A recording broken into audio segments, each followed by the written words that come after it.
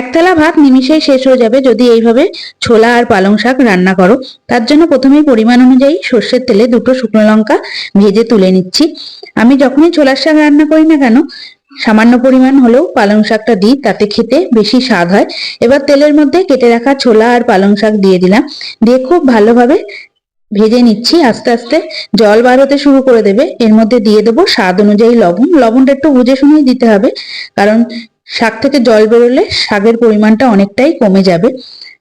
লবণ দিয়ে মিডিয়াম আঁচে 5 থেকে 7 মিনিট মতো রান্না করব, যতক্ষণ না জলটা শুকিয়ে আসছে। শাকে জল থাকলে খেতে ভালো লাগে না। দেখে তোমরা বুঝতেই পারছো কতটা পরিমাণ জল বার হয়েছে। 7 থেকে 8 মিনিট পর জল টেনে এসছে। এবার দিয়ে দিলাম 1 চামচ আদা বাটা। আদা বাটা দিয়ে দিচ্ছি বেশ খানিকটা ধনে পাতা কুচি।